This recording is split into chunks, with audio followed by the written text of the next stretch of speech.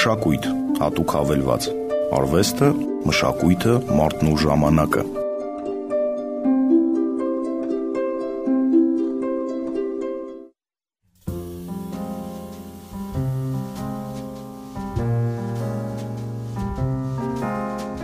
Հայրուրվեց և կես հաճախականությամբ մշակույթ հատուկ հավելված հաղորդաշարի հերթական թողարկումն է։ Խոսափողի մոտ է Անահիտ Ղազարյանը։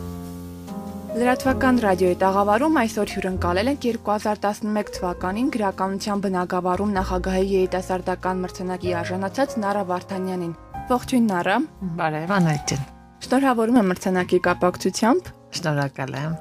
Չնայած չես ուզում, որ զրուցենք մրցանակից եւ մրցանակաբաշխություններից, այլ ուզում ես, որ զրույցը ծավալվի ամբողջությամբ գրականության եւ արվեստի շուրջ։ Այո։ Բայց այնուամենայնիվ մի հարց. արդյոք մրցանակը քեզ կբերի ավելի շատ ընթերցողների եւ մրցանակները կամ մրցանակաբաշխությունները գումարից բացի ինչ են տալիս գրողին։ Նախագահի մրցանակը իհարկե պատիվ է ըստ էության մրցանակաբաշխությունների շարքում, պետականից հետո երևի առաջին լուրջ մրցանակն է համարվում Հայաստանում։ Այնուամենայնիվ ես շատ կուզեի, որ գրականության բնագավառում մրցանակաբաշխությունների կարգը հիմնարար փոփոխություններ կրեին, ոչ թե մի քիչ, այսինքն քանի որ ես մոտից ծանոթացա այս անգամ արդեն այն ժամանակ չգիտեի կարգը կամ բան, այսինքն այդ պաշտոնական վարչարարական դրույթներից բացի ինք ունենար նաև ֆունդամենտալ առումով փոփոխություններ, ինչ նկատի ունեմ ասելով սա, որ բացի մրցանակաբաշխության արարողությունից, գումար փոխանցելու արարողությունից կամ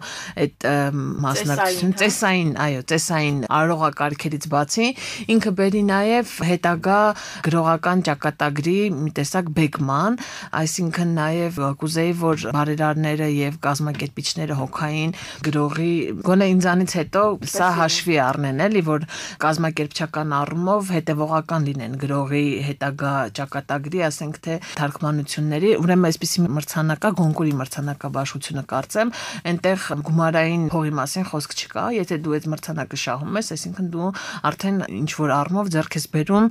ճանապարհ անցած լինելու այդ պատասխանատվությունը, նրանք քեզ թարգմանում են եւ դու հաջորդ օրը հայտնի ես արթնանում, էլի։ Իսկ այստեղ հայտնի արթնանալու խնդիր չի, պարզապես հետևողական լինելու եւ գրականության տարածման հետագա բացերը լրացնելու խնդիր կարող էր լուծել այս մրցանակը, որը իմ կարծիքով չի անում։ Այս ժամանակներում, երբ պատմվածքները, կոհոդվածները լուրջ հոնորարների չեն արժանանում, այսինքն դու չես կարող այդ տված հոնորարով գոնե մի օր ապրել կամ մի շաբաթ ապրել, սա գոնե ինչ-որ չափով այդպես գրողին օգնություն էր, կարելի ասել։ Իսկ բացի նյութականից ծաղիկների առատություն կար, ժպիտների առատություն կար, շնորհավորանքների առատություն կար, ուշադրության առատություն կար եւ դա երևի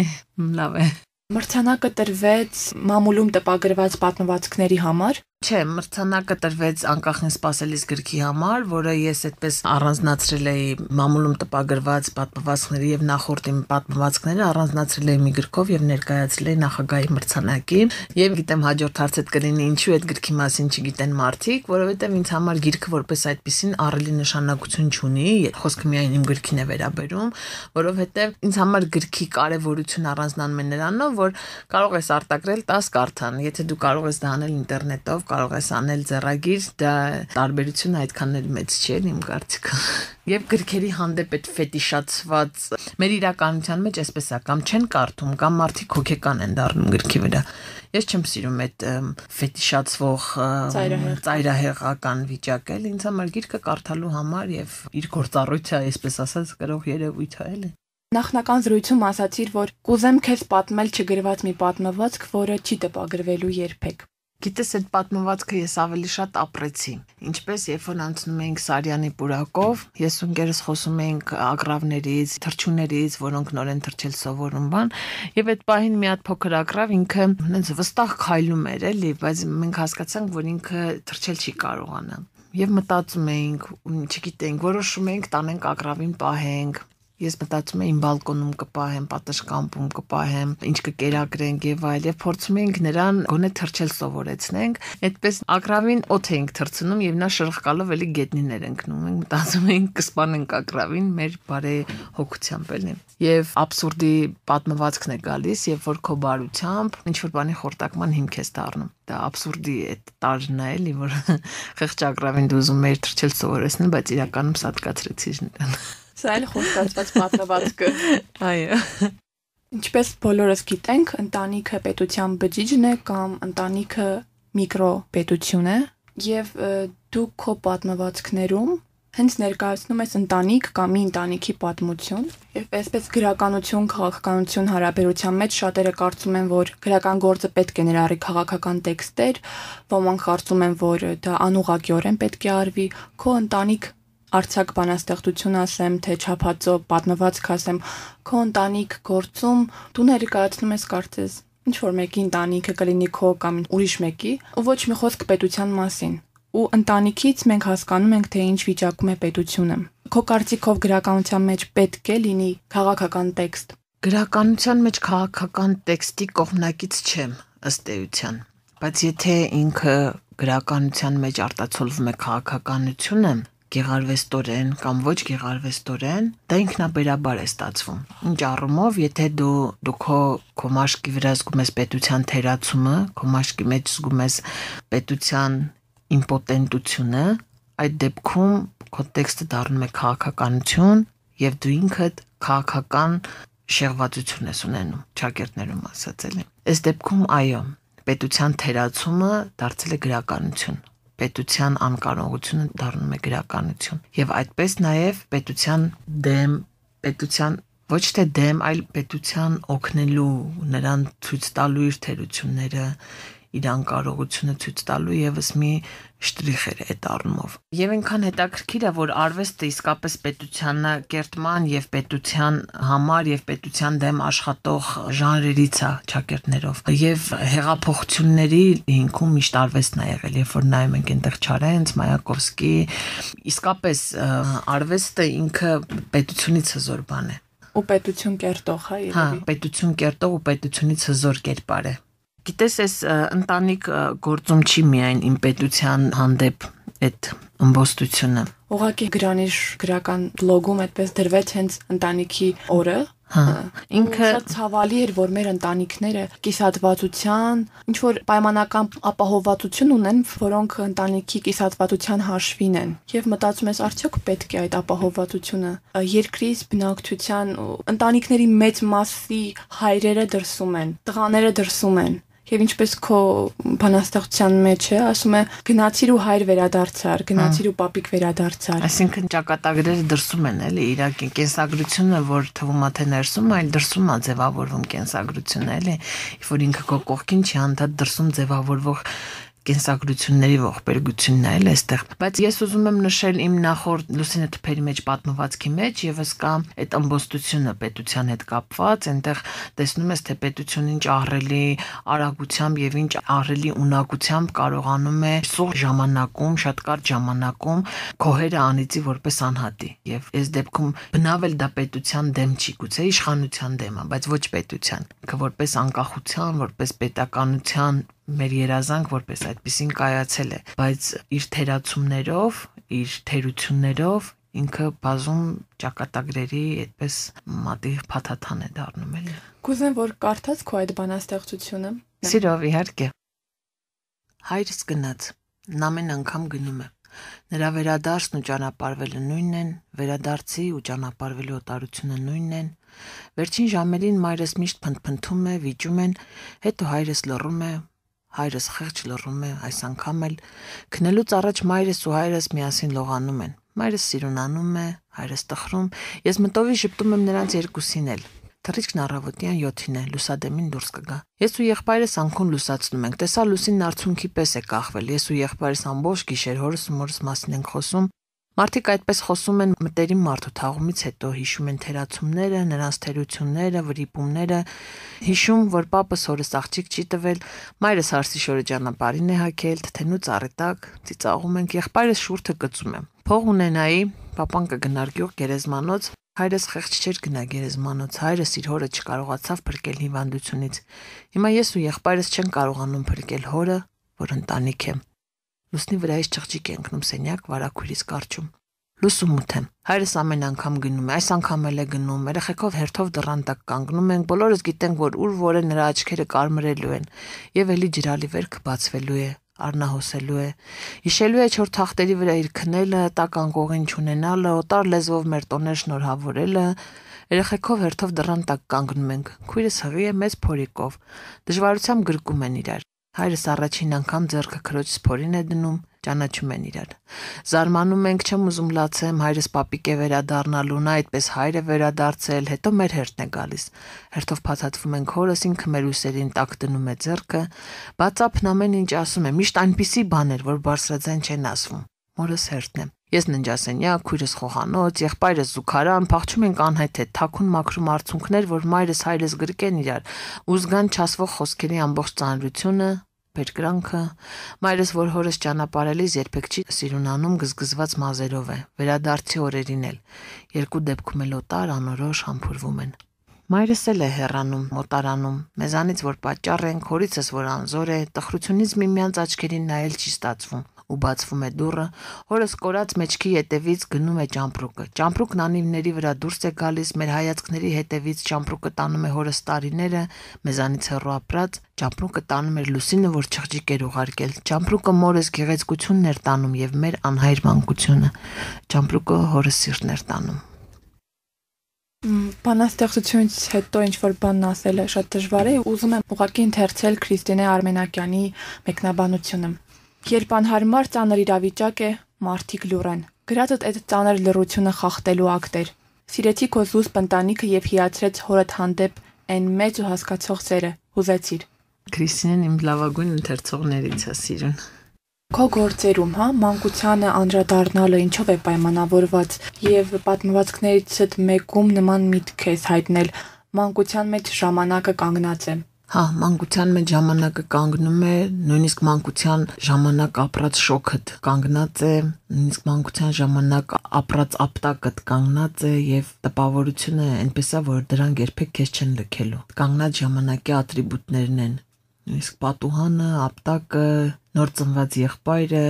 այդպես փող չունենալը, հաց չունենալը, դրանք բոլորն այդ ապտակներն են, որ կանգնած են մանկության մեջ, ոչ առաջ են գնում, ոչ հետ են գնում, երբեք իրանցից չես կարող բաժանվել հեռանալ։ Իսկ մանկությանը անդրադառնալը ինչով է պայմանավորված։ Սարոյանն էր կարծեմ ասում էր, որ Սարոյանը կամ Հեմինգուեյը, որ մենք ինչ գրում ենք, մանկությունից ենք գրում։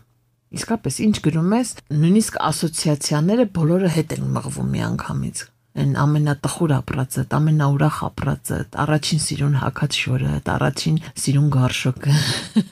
Ինքը լրիվ տանում է այդ մանկությանը, տանում այնտեղ քեզ նստացնում է։ Փոքրիկ աղջիկ պատմվածքում գրողի ինչ որ հետաքրքիր ձևակերպում ես տվել։ Մարդ, որ մի քիչ շատ է կարդում, շատ բան է հասկանում, եթե շուրջն էլ մի թեթև միստիկ բան կա, իրեն թվում է ընտրյալ է, բացառիկ։ Դա իմ կողմից մի քիչ ցինիկ ձևակերպում է։ Ես ուզում որ բացես։ Այդպես է, մարդիկ կան, որ իրանց թվում է, իրանք եթե մի երկու սիրուն խոսք են ասում եւ երկու սիրուն տող են գրում, մոտն էլ մի քիչ միստիկ բան է շարժվում, կարծում են Հիսուս Քրիստոսն է։ Եվ այդպես խելառների, թեև ինքը գրողը հենց խելառ տիպ է, այդպես է։ Իմ կարծիքով այդպես է, մենք երբեմն չափազանցնում ենք մեր դերերը գրողական։ Իսկ դու ներսից քեզ զգում ես գրող։ Գոնե գրողի հայացքով նայում եմ աշխարհին։ Եթե նույնիսկ չգրեմ կամ չզգամ, գոնե այդ հայացքը կա եւ ես երբեմն ինձ բռնում եմ այդ գրողական, երբ մի անգամ հիշում եմ Հասմիկը Սիմոնյան ասում էր, երբ որ վթար է լինում, բոլորը ասենց նետվում են ու Հասմիկի եղբայրն ասել էր հասկուզեիր մարդ մահացած լիներ գրեիր, չէ՞ այդ մասին։ Գրողական գիշատչություն կա մարդու ներսում, էլի գրողի ներսում։ Եվ հենց այդ նաև ցինիզմը կա, նաև ցավալը կա, նաև տխրությունը կա, օգնությունը կա, չգիտեմ, ես ավելի մի անգամ եղել էր դեպք, որ մի հատ կնոջ բոբիկ ճակճկած կրունկներով փողոց են անցնում ամառվա շոքին բան։ Այդ օր ես այնքան լացել եմ, չգիտեի ես որպես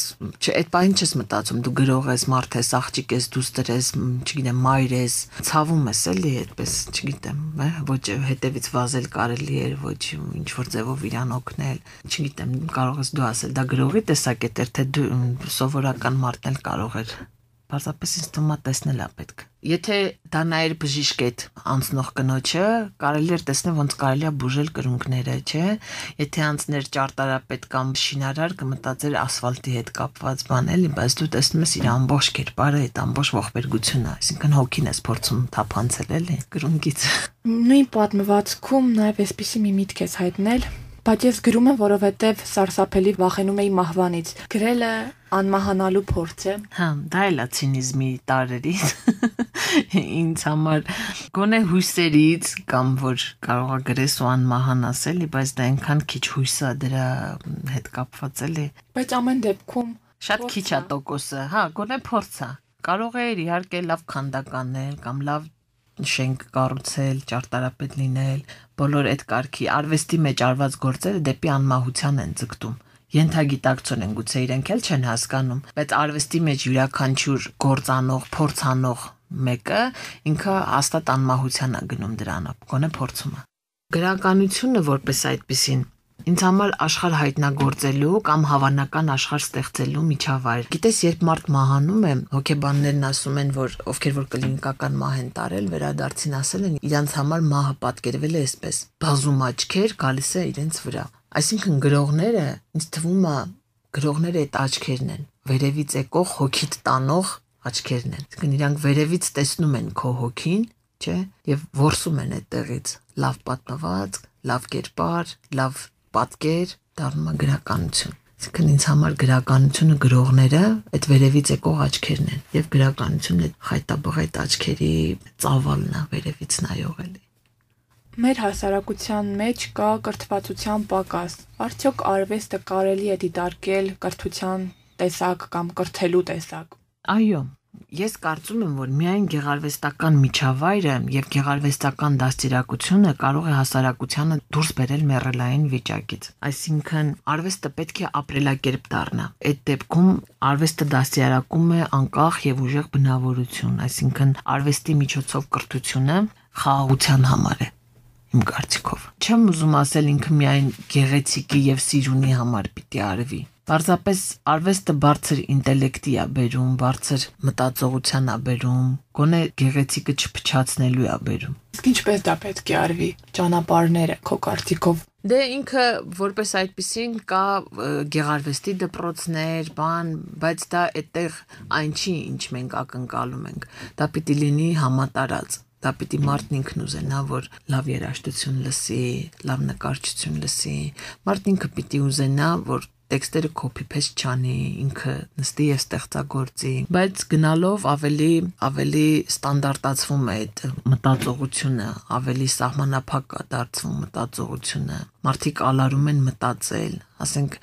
երբ ես հաղորդագրություններ եմ ստանում շնորհավորանքների ծննդյան կամ տոնական առիթներով, հասկանում եմ, որ տարբեր մարդիկ նույն հաղորդագրությունն են ինձ ուղարկում։ Այսինքն նրանք չեն ուզում մտածել, ասենք, ինձ համար շատ ավելի կարևոր է մի բարևը, մի գեղեցիկ շնորհավորանքը, ուղիղ այդպես ասել, քան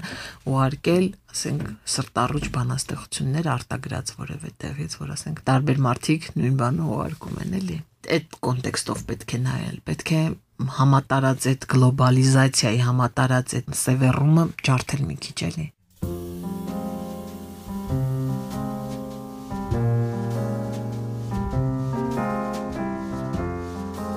Եղավ Նարաջան, շատ շնորհակալ եմ հրավերն ընդունելու եւ հաճելի զրույցի համար։ Ես էլ եմ շնորհակալ Անահիտ ջան։ Խոսափողի մոտ էր Անահիտ Ղազարյանը։ Հիշեցնեմ, որ իմ զրուցակիցն էր երիտասարդ արձակագիր Նարա Վարդանյանը։ Այսօրվա համար այսքանը, կհանդիպենք ուղիղ մեկ շաբաթից։ Առայժմ